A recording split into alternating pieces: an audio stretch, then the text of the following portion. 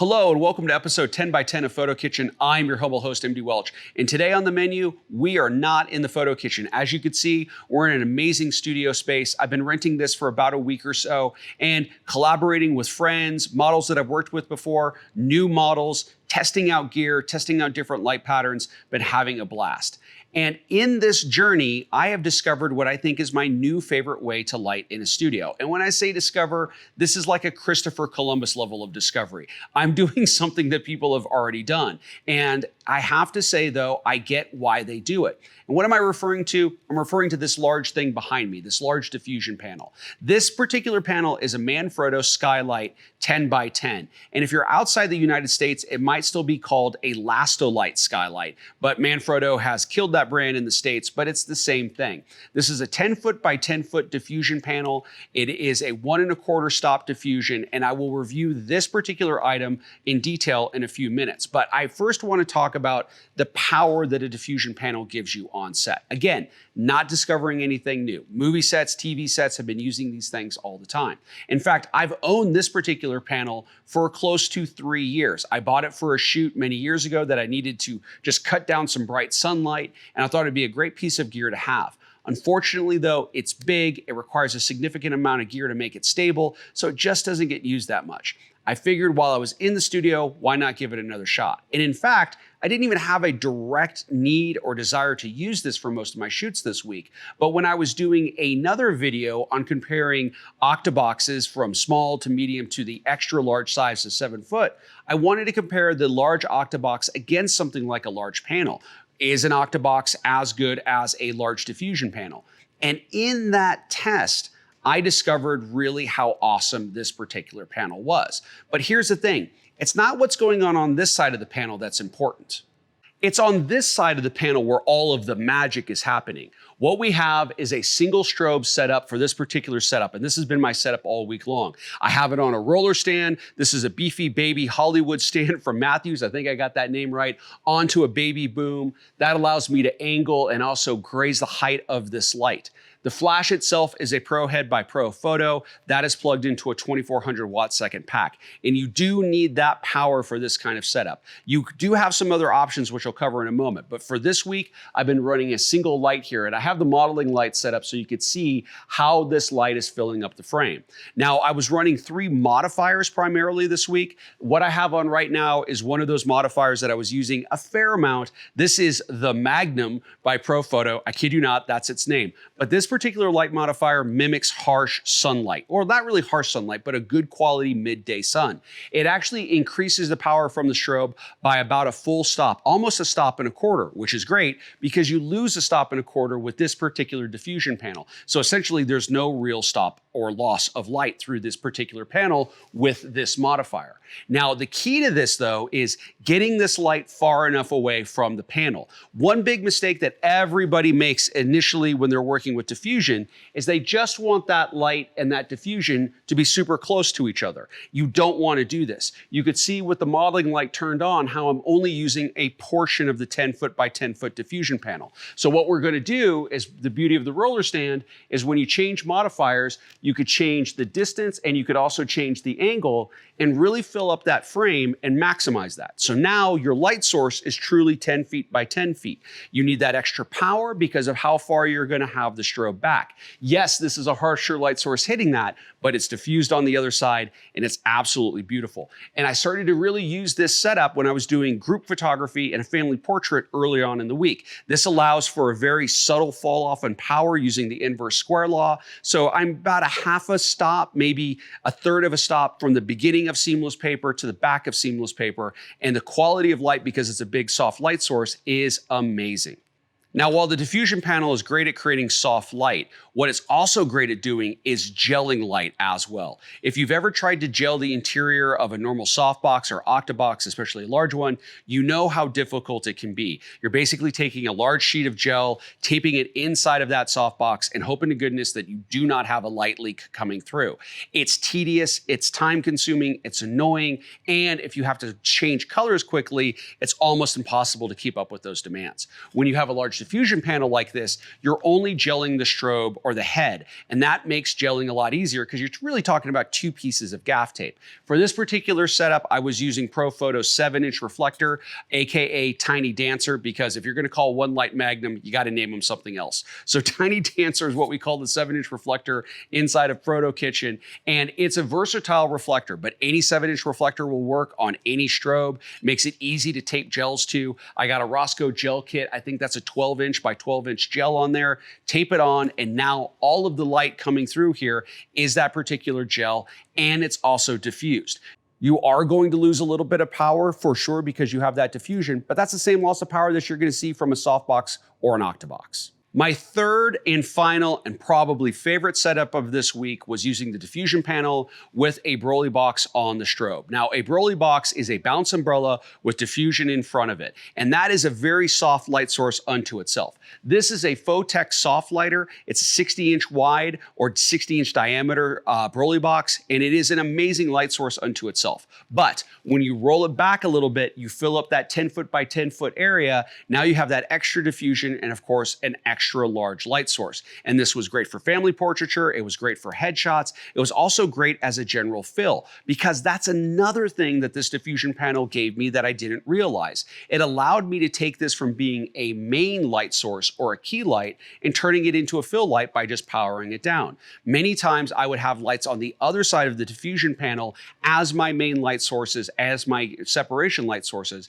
and I would use this as a fill, maybe about 2 stops under where my other lights maybe were at 5.6, this would be set to f2 or 2.8. So I was able to use this as a general fill, and it created a great quality of light. Same was true with gels. Sometimes I use this as the main gel source. Other times I just use it as an overall, and then I could have a bare light or a light without a gel to make the subject come out, have a little bit more dimensionality to it, and also have gels to the left and to the right in strip boxes.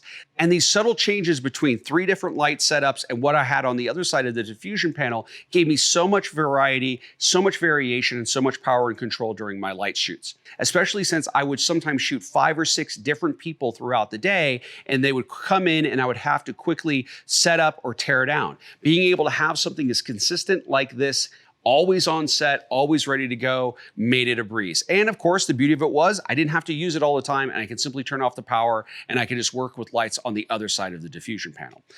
So all of this sounds great, right? And it is. It's an absolute dream to work with, but there are some serious cons. First of all, the space issue. This is not going into a home studio.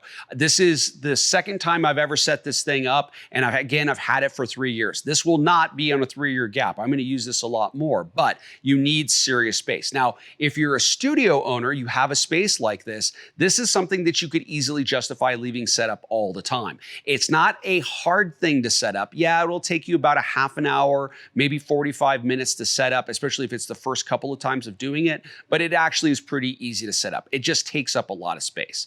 The second thing, though, is the actual cost of the panels themselves. This panel from Manfrotto, somewhere in the $800 to $900 range, depending on when you're watching this particular video. So it's expensive, and that's expensive for a light modifier. But again, while that's a serious con, here's the pro of it. You could use this with any light source. It's not going to go obsolete, right? This is going to be outdoor sun stuff. This is going to be indoor continuous light, outdoor continuous light, indoor strobe, outdoor strobe. There's so much that you could do with this particular light. And while it does cost a lot, there's very few light modifiers that I own that are this versatile. Even my beloved 7-foot Chimera Octabox is a bit of a one-trick pony. It's a big, soft light source for strobe. It can't modify the sun. It can't make natural light or available light look nice, big, and diffused. It is a strobe-only unit, and I cannot put gels in it easily, where all of that can be done with this particular diffusion panel. So yes, the cost is a huge issue, but I think overall, all the pros or things that you could do with it, you have to take that into account. But in addition to the cost of the panel, panel, you also have to factor in the cost of the stands. And this is not the world for C-stands, ladies and gentlemen. Yes, they're versatile. Yes, they do a lot.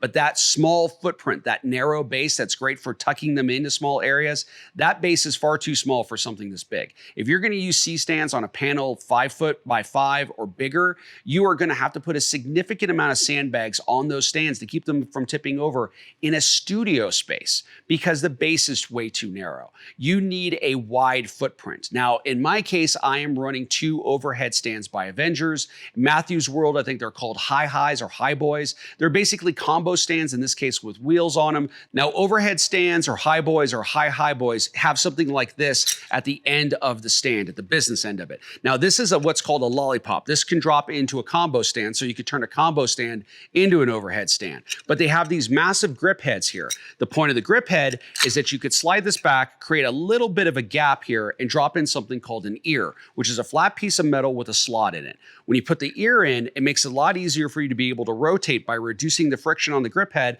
and you could turn the whole panel easily by yourself. Loosen one side a little bit, go over to the other side, loosen it, rotate your panel, and it's so easy to do. The beauty of the ears is that it separates the rotation of the panel from the clamping power of holding the panel. Unfortunately, Manfrotto will try to sell you large grip heads to hold these particular panels, and they work fine for like the 3x6. I have that, it's fine. But the problem is when you try to rotate this panel, when you loosen the grip head, not only is it going to rotate, but you're also loosening the clamping power that's holding onto the tube, and that could have the whole diffusion panel slide or even fall out, and that's a terrible idea. So you want to get ears, you want to get professional grip heads to hold this. You want stands with wide feet or wide bases. These particular ones have wheels on them for a studio. That's ideal, but they can have the wheels removed. There's also lazy legs or Rocky Mountain legs or sliding legs on here, so I could take the wheels off and I could take this outside on location and put it onto unstable ground and also save my wheels. These types of stands are an absolute necessity for this size of a diffusion panel. So 10 foot, 12 foot, 20 foot, you need something big like this. It has a wide base. In the studio, you could get away with light sandbags on these things and not worry about it. Outside, you're sandbagging every single leg, but that wide base is going to keep things safe. But the problem is these stands are not cheap. Depending on when and where you buy them, how high they go up, the actual weight limit that they have, they could be anywhere between $700 a stand, maybe to $1,500 or $2,000. So you could be talking about $2,000 to $3,000 to use a diffusion panel like this. But the good news is you could use those stands for other things, I guess, if that's good news. But also the stands are going to be able to hold large diffusion panels. So maybe you have something like this to start off with, but you could upgrade to a much larger diffusion panel and not have to upgrade your stands. But it is a significant cost and it is a significant commitment. So that sticker shock is excessive, but the fact of the matter is you're not going to find a light modifier that does as much as a large diffusion panel. And we haven't even scratched the surface on the things that you could do in addition to diffusion. White bounce, silver bounce, duvetine. You could do green screen. You could do blue screen. There's a lot of possibilities here, not to mention again that you could upgrade the diffusion panel itself if you made the investment in the stands, and you can go larger. And that's one thing I do want to point out about this particular diffusion panel. The 10 foot by 10 foot by Manfrotto is nice. I like their smaller diffusion panels. The 3x6 is amazing. I love it. The 3x3 actually has a nice features to it and a lot of purpose to it. But the round tubing on the 10x10 does make it a little bit harder to work with when you're working with those ears, because those ears are designed to hold square tubing. And if you were to upgrade to something, say from Matthews, where you have a 12x12 or a 20x20, those ears are going to hold that tubing a lot more securely than they are holding this round stock. And that is something I wish that I had known when I had bought this. And also I wish I had known how much I was going to love it. Overall though, the skylight itself is well made. The fabric's nice. It is very tight on the frame and it uses these plastic clips. And some of these plastic clips are holding on for their dear life. It feels like the frame's slightly larger than the actual material. And some of these clips are stretched. And you know that these clips are going to break because when I bought this kit, they sent like 3 or 4 extras. So that is a downside. Some other panel kits have just tie downs, or you could use bungee cords. Although this is very quiet in the wind because it doesn't have any cordage or any ropes banging against the frame frame in the wind, so it's a little bit more silent. But knowing what I know now, I would definitely opt for a larger panel kit. A 12 foot by 12 foot with square tubing would be ideal. There's also some more opportunities for different materials. Manfrotto doesn't have anything more than this, I think black and also a white bounce. So companies like Matthews have a lot more materials out there, and that does make or increase the versatility. So continuous light, indoor, outdoor, gels, strobes, you name it, this thing is going to do the job for you. The question is, do you have the budget? Do you have the room? And if you do, I think you're gonna really like it. Hey, speaking of like, I hope you've liked this video. Thanks for making it this far. If you haven't already done so, please subscribe to the channel. And if you have, thank you for your support. And please share this with somebody who's maybe thinking about buying some diffusion panel. It doesn't have to be massive like this. There's a lot that you could learn from even smaller diffusion panels using similar setups. But I think overall, this is a great system. If you can have the space and you have the budget, it's going to be super versatile for all of your work now and into the future. So until next time, I'm MD Welch wishing you all the best from, again, a photo studio. Hey, should we change the name of this channel? We're in photo studios a lot. I think photo studio would be, does anybody have an idea about that? Can we do photo studio? Is that taken on YouTube?